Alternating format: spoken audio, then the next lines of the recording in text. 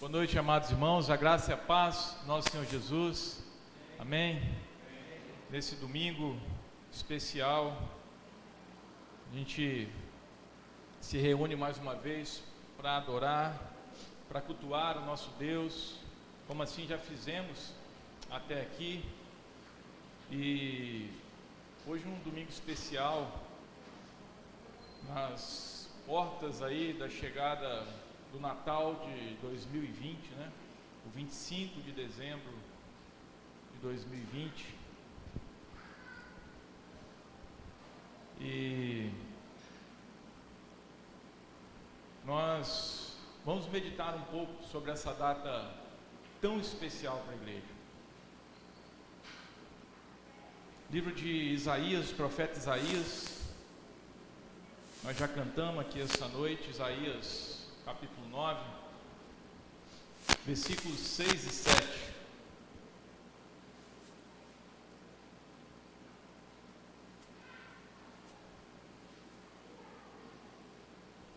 Porque um menino nos nasceu, um filho se nos deu, o governo está sobre os seus ombros, e o seu nome será maravilhoso, Conselheiro, Deus forte, Pai da eternidade, Príncipe da paz, para que se aumente o seu governo e venha a paz sem fim sobre o trono de Davi e sobre o seu reino, para o estabelecer e o firmar mediante o juízo e a justiça, desde agora e para sempre.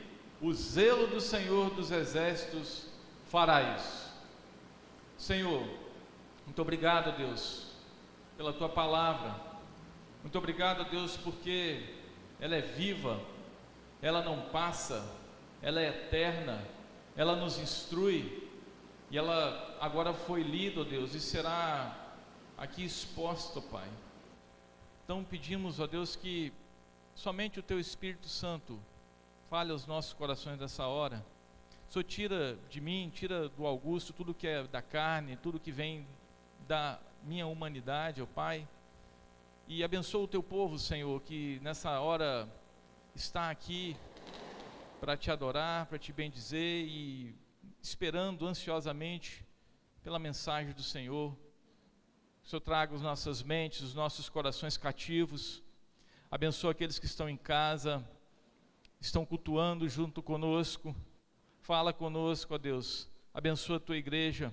Nós carecemos do Senhor, nós carecemos de ouvir a Tua voz. Faz isso para a Tua glória, Senhor, e para o nosso bem, em nome de Jesus, amém. Meus irmãos, Natal, palavra relativa a nascimento, natalício. Para nós, o nascimento de Jesus Cristo, para nós cristãos, Natal tem a ver com o nascimento de Jesus Cristo. Mas é interessante que na atualidade nós temos se deparado com dois grandes perigos para o cristão. Primeiro, são pessoas que acreditam que essa data, dia 25 de dezembro, é só mais um dia comum como qualquer outro. Ignoram tudo aquilo que aconteceu, tudo aquilo que foi planejado na eternidade para o nosso bem, para o bem daqueles que amam a Deus. E essas pessoas vivem aí, muitas vezes frustradas, muitas vezes reclamando, e chegam nessa data e falam: é mais uma data, é mais um dia normal. Nós temos que ter cuidado para não pensar como essas pessoas, para não deixar nossa mente ser contaminada com esse tipo de situação. Mas também há aqueles que utilizam essa data para se autopresentear ou para avançar no capitalismo econômico que envolve o dar, o oferecer presentes. Não que isso tenha problema, a gente presentear quem ama nessa data, mas o que não pode é haver uma inversão de valores aí. a gente fazer dessa data somente uma data de troca de presentes, onde favoreça simplesmente o mundo econômico, o mundo capitalista. É bem verdade que, se nós formos aprofundar nos estudos aqui sobre o natalício de Jesus Cristo, o seu nascimento, muito provavelmente não foi 25 de dezembro. Isso por quê? Porque nesta data, lá no hemisfério norte, na região da Palestina, Israel, eles estão no inverno, enquanto aqui no hemisfério sul nós estamos no verão. E lá em Lucas 2 fala que os pastores estavam no campo a pastorear as ovelhas.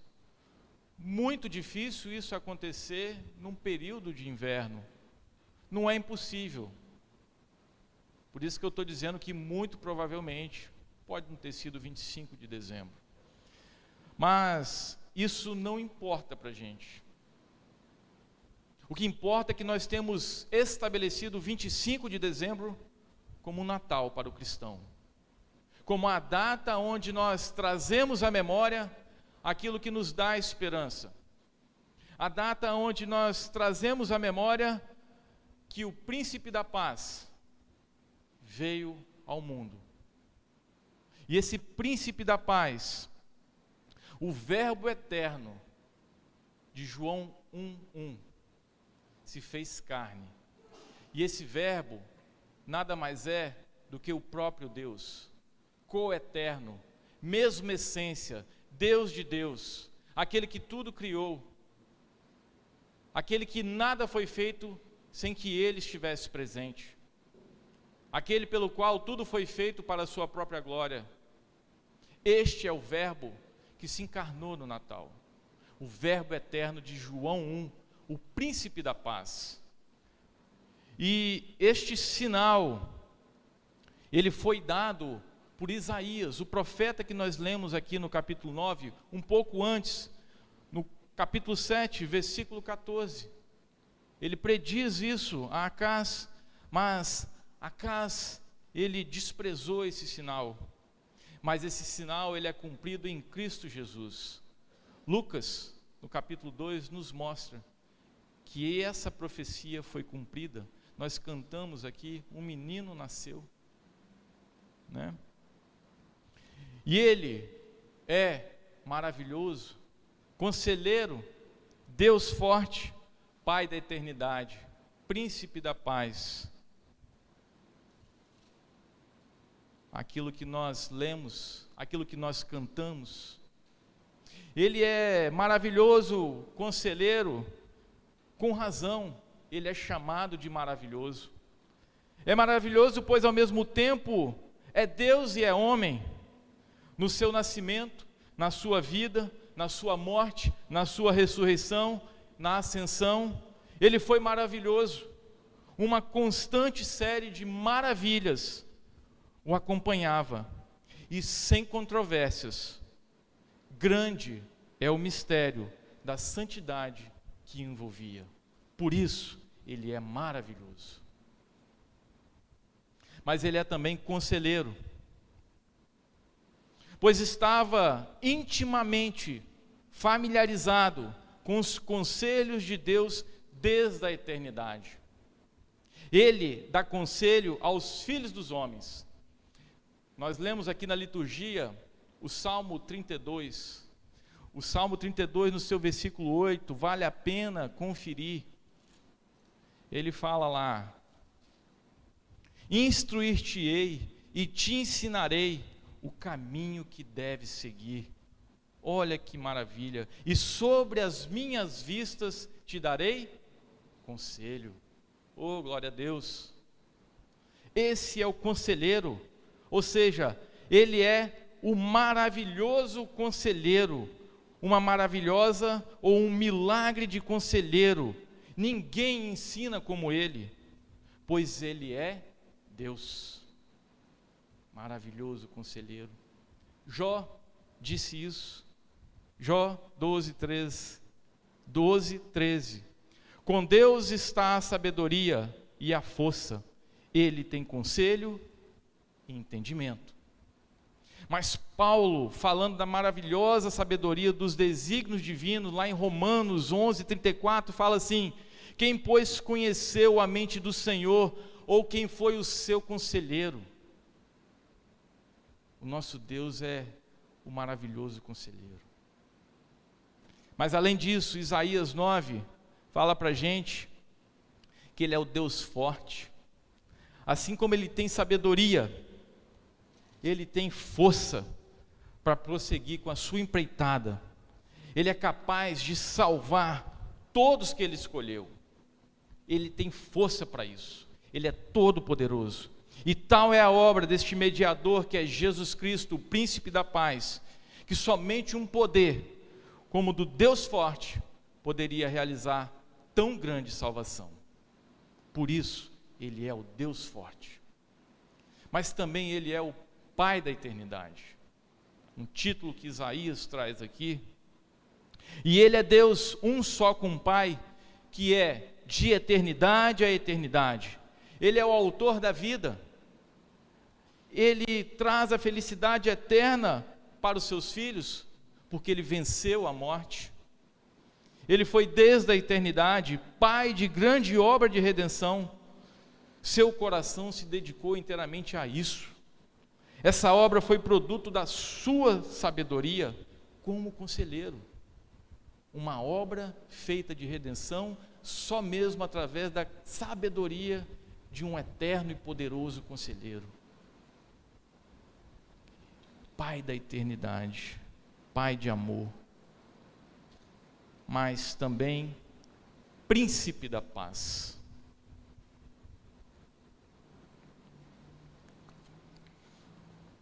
E nessa noite, apesar de nós passarmos por cada um desses títulos que Isaías no capítulo 9 traz para o nosso Senhor Jesus, eu queria focar um pouco mais no príncipe da paz. Como rei, ele preserva a paz, ele ordena a paz, ou melhor, ele cria a paz no seu reino. Ele é a nossa paz, e a sua paz que protege os corações do seu povo e os governa. Ele não é apenas um príncipe de pacificação, daquela paz física, da ausência de guerra, mas Ele é o autor e doador de todo o bem, de toda aquela paz que é a bênção presente e futura para todos os seus súditos. E aqui abro um parênteses para trazer um relato da história que fala sobre a paz romana e a Irene de Cristo. É interessante que Cristo nasceu, Cristo veio ao mundo exatamente no momento onde o Império Romano dominava grande parte ali do Mediterrâneo, grande parte ali do Egito, da Palestina, da Síria, de toda aquela região. E para a manutenção do poderio desse império, porque era uma região muito grande, muito vasta, foi estabelecido um elemento de garantia da ordem política, militar e ideológica daquele império, chamado de paz romana. Mas nós vamos ver aqui que essa paz romana nada tem a ver com a paz de Cristo, a Irene de Cristo. Essa paz, ela é contrária. A Irene de Cristo é uma conduta pacífica, pacificadora. E a Irene que está lá, que vem do grego, quando a gente lê o termo paz lá no Novo Testamento, significa aquele que traz a paz, a verdadeira paz. Os romanos, eles conquistaram terras e eles faziam a transmissão dos seus elementos culturais, ligados à sua língua, aos seus valores e religiões. Tudo isso para não perder a essência ali daquele império, tudo isso para não perder, eles chamam esse período de período helenista, onde foi instituído língua, onde foi instituído cultura totalmente do povo romano. E aí as legiões romanas iam avançando e faziam que com a sua presença, aquela estrutura econômica que estava sendo estabelecida ali, trabalhasse de tal forma que favorecesse somente o Império Romano, favorecesse economicamente o Império Romano. E para isso, esse Império Romano, ele também utilizava de força, ele subpujava aqueles mais fracos, aqueles que se opunham à imposição da sua língua, sobre uma falsa imposição de paz, porque aquele povo ali daquela região era constantemente atacado por povos vizinhos que queriam tomar, que queriam demandar, e quando o exército romano chegava e estabelecia ali as suas legiões, ele também trazia uma falsa segurança para aquele povo. Ele trazia a paz física, a paz da ausência de guerra, mas a troco de quê? A troco da espada, às vezes do próprio povo que ele estava dominando, às vezes da subjugação daqueles mais pobres, das mulheres, e ele ia fazendo isso. Mas já a paz de Cristo, a Irene, ela é diferente. Vamos ver lá o que diz João, o Evangelho de João, no capítulo 14, versículo 27, ele fala assim: eu deixo-vos a paz, a minha paz vos dou, não vou lá dou como a dá ao mundo. Jesus tinha em mente tudo o que estava acontecendo ao seu redor. Jesus sabia exatamente o que era a paz romana. Jesus sabia exatamente o que o povo entendia como paz do mundo. Por isso ele falou: a minha paz não é como essa que o mundo está tentando dizer para vocês que é paz. A paz de Cristo tinha princípios de generosidade, até mesmo aos estrangeiros. Notem, aos samaritanos, como que Jesus fez, o que fez. As mulheres que não tinham vez, Jesus falava com as mulheres, se aproximava das mulheres. Os pobres, os mendigos, os enfermos, as pessoas mais carentes da sociedade, Jesus estava ali. Ou seja, essa paz de Cristo, essa Irene de Cristo, visava de fato o indivíduo e suas necessidades particulares ou em comunidade, diferente da paz romana, que visava a paz do império romano, e não do indivíduo, e não das suas necessidades do indivíduo, mas sim daquele império opressor. E essa paz, como eu disse, a paz de Cristo, a Irene de Cristo, ela não é apenas a ausência de guerra, mas ela significa prosperidade, bem-estar, em vez de necessidades e tristezas. E nós vamos caminhar um pouco mais para entender essa Irene de Cristo. Mas eu queria abrir no Evangelho de Lucas, junto com vocês agora, no capítulo 2. E queria ler o versículo de 10 a 14, que fala exatamente do cumprimento dessa promessa, do cumprimento dessa profecia que Isaías trouxe para nós. Lucas, capítulo 2, versículo 10, fala assim: o anjo, porém, lhes disse: não temais, eis aqui vos trago boa nova de grande alegria, que os será para todo o povo. É que hoje vos nasceu na cidade de Davi o Salvador, que é Cristo, o Senhor. Isto vos servirá de sinal: encontrareis uma criança envolta em faixas e deitada em manjedoura. E subitamente apareceu com o anjo uma multidão da milícia celestial, louvando a Deus e dizendo: glória a Deus nas maiores alturas, e paz na terra entre os homens, a quem Ele quer bem. Agora eu pergunto para vocês, essa paz que nós vimos aqui, a paz de Cristo, a Irene, aquela que é além da guerra, aquela que é a paz que traz o benefício para o homem, o benefício de bem-estar, benefício de paz, de tranquilidade, essa paz ela é para todas as pessoas, de acordo com o texto que nós acabamos de ler? A paz na terra é para todos os homens, meus irmãos? Não, é a paz na terra aos homens a quem Deus quer bem. Aos homens a quem Deus quer bem. O que isso quer dizer para mim, para você? Essa paz, ela é para todos aqueles que são nascidos de novo, para todos aqueles que confessam a Cristo como Salvador e Senhor. Essa paz mostra para a gente que, apesar daquele momento glorioso ali do nascimento de Cristo, naquela manjedoura, iluminado pela estrela de Belém, tinha atrás daquela manjedoura a sombra de uma cruz, porque essa paz foi conquistada na cruz.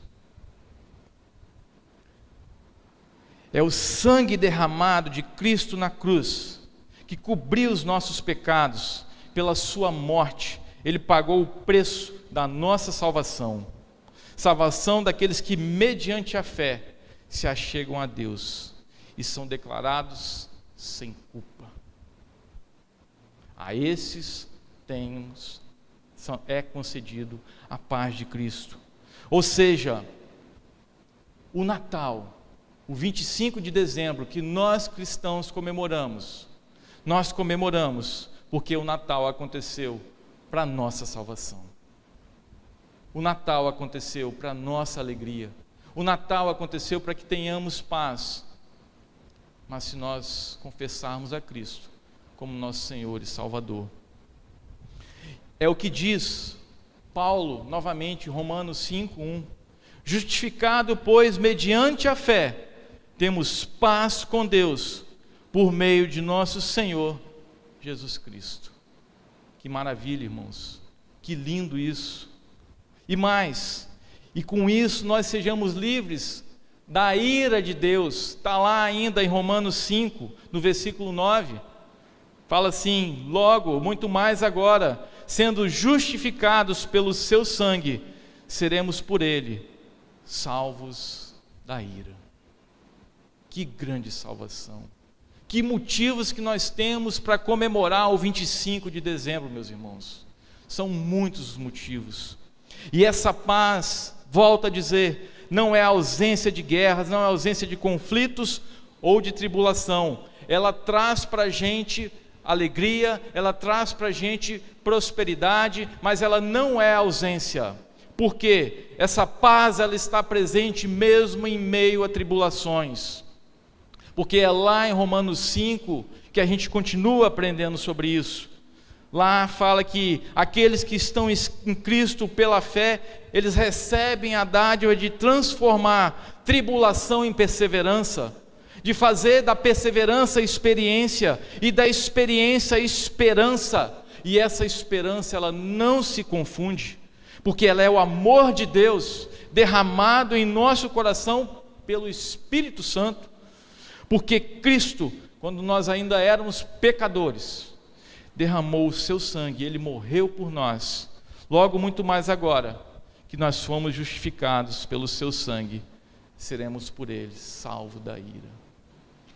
Então essa paz, Rafael, de Cristo, a Irene de Cristo, ela é a paz mesmo em meio à tribulação, porque essa tribulação traz para a gente o conforto do Espírito Santo, que nos aprimora, que nos aperfeiçoa, que nos faz avançar com a experiência que vai sendo gerada através das tribulações, e nós vamos seguindo em frente com a paz de Cristo.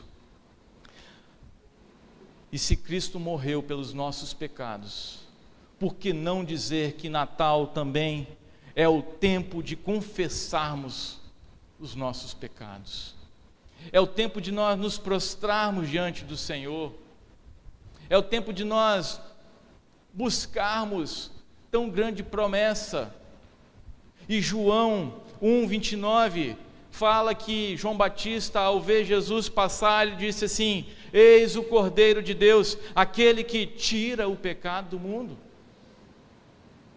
E ele tira o pecado do mundo de qual forma, meus irmãos? Já vimos, pelo seu sangue derramado na cruz. Mas novamente, João, na sua carta, diz que é importante nós confessarmos os nossos pecados a Ele.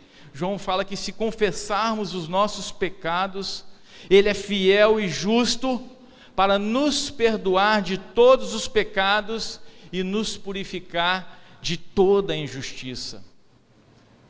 Nós temos a bênção da paz, a bênção do perdão do pecado, a bênção da salvação, da vida eterna, mas nós temos a bênção ainda de sermos livres de toda injustiça se confessarmos o nosso pecado. Isso nós precisamos fazer dia após dia. Quem é que não peca todos os dias, seja por um pensamento? Se você falar que não peca, você já está pecando. Nós temos que tirar da nossa mente tudo aquilo que entra, todo o pecado, e nós temos que prosseguir. Esta vida eterna que o Senhor nos dá, além desse perdão dos pecados, nós somos livres dessas injustiças, porque Ele nos purifica de toda injustiça, as injustiças desse mundo, aquilo que nós sofremos muitas vezes, quando somos oprimidos, aquilo que aquele povo estava sofrendo ali na época de Cristo, pelo Império Romano, tantas injustiças sofridas. João está falando aqui, se nós confessarmos o Senhor Jesus, Ele é poderoso para nos livrar dessas injustiças. O príncipe da paz nos livra dessas injustiças e nos dá a paz em meio às injustiças. Podemos viver uma paz física, espiritual e mental, que nos garantirá tranquilidade e bem-estar, mesmo que em meio às necessidades mais profundas e tristezas mais profundas, porque nós temos a Cristo, o Salvador. Por isso, a paz que Cristo veio ao mundo, o príncipe da paz, inaugurar o reino da paz, é somente para aqueles que se achegam a Ele, que confessam os seus pecados e caminham com Ele. Esse caminho de perseverança, dia após dia.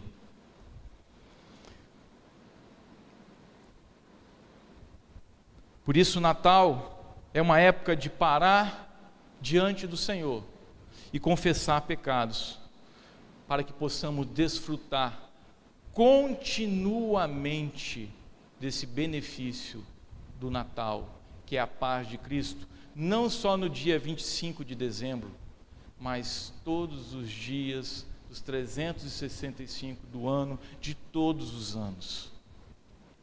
Mas o profeta Isaías continua no versículo 7, para nos dar a garantia de que esse reino seria de fato estabelecido, para que de fato isso seria cumprido. Ele fala lá em Isaías 9, 7, vamos voltar lá, para terminar a nossa palavra dessa noite. Para que se aumente o seu governo e venha a paz sem fim sobre o trono de Davi e sobre o seu reino, para o estabelecer e o firmar mediante o juízo e a justiça, desde agora e para sempre. O zelo do Senhor dos exércitos fará isso. Ou seja, mais do que isso, nós devemos lembrar que o governo de Cristo, Ele é para sempre, para que nós tenhamos paz sem fim, pois Cristo governa com justiça e retidão, porque Ele nos declarou justos e retos por meio do seu perdão. Essas são a bênção do Natal, meus irmãos: a paz, o perdão e a vida eterna, e tendo como garantia o zelo do Senhor dos exércitos. Louvado seja Deus por isso, porque esse zelo é a própria honra de Deus. Ele zela pela veracidade da sua promessa, da sua palavra. É Deus que não mente, Deus que não pode voltar atrás. Aquilo que Ele proferiu há de se cumprir, e pelo bem do seu povo. Oh, que grande alegria para nós, meus irmãos. Por fim, nós devemos celebrar o Natal, que é a chegada do Príncipe da Paz. Que esta data seja um marco, diferente daquilo que eu abri a exposição dessa noite falando, aonde as pessoas estão fazendo com que essa data seja transformada simplesmente em troca de presentes, ou que algumas pessoas estão esquecendo do verdadeiro valor e sentido do Natal. Que para nós cristãos, esta data seja de fato um marco para trazer à memória aquilo que nos dá esperança, para trazer à memória e desfrutar da paz, não somente nessa data, mas o ano todo. Assim como o salmista declara no Salmo 128, e eu gostaria de ler com vocês, como que é a paz no lar do cristão.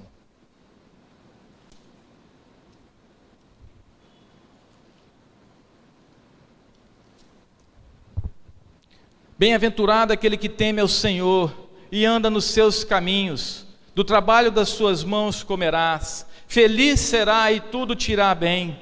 Tua esposa no interior de tua casa será como uma videira frutífera. Teus filhos como rebentos da oliveira, à roda da tua mesa. Eis como será abençoado o homem que teme ao Senhor. O Senhor te abençoe desde Sião, para que veja a prosperidade de Jerusalém durante os dias de tua vida, e veja os filhos de teus filhos, paz sobre Israel. Aleluia! Louvado seja Deus, meus irmãos, porque o Natal é tempo de paz e perdão, para que nós possamos viver eternamente, já aqui nesta vida, enquanto nós aguardamos a volta do nosso Senhor e Salvador Jesus Cristo, a paz do Príncipe da Paz. Viva Jesus Cristo, viva o Natal. Louvado seja Deus, meus irmãos. Que o Senhor nos abençoe, que o Senhor nos dê um Natal de paz, de alegria, de prosperidade, de renovo das esperanças, de renovo da alegria, de renovo da fé, de renovo de tudo aquilo que tem faltado na sua vida, para que nos 365 dias do próximo ano, nós possamos desfrutar dessa paz de Cristo, que nós aprendemos aqui, que nós ouvimos aqui. Vamos orar, meus irmãos? Vamos ficar de pé?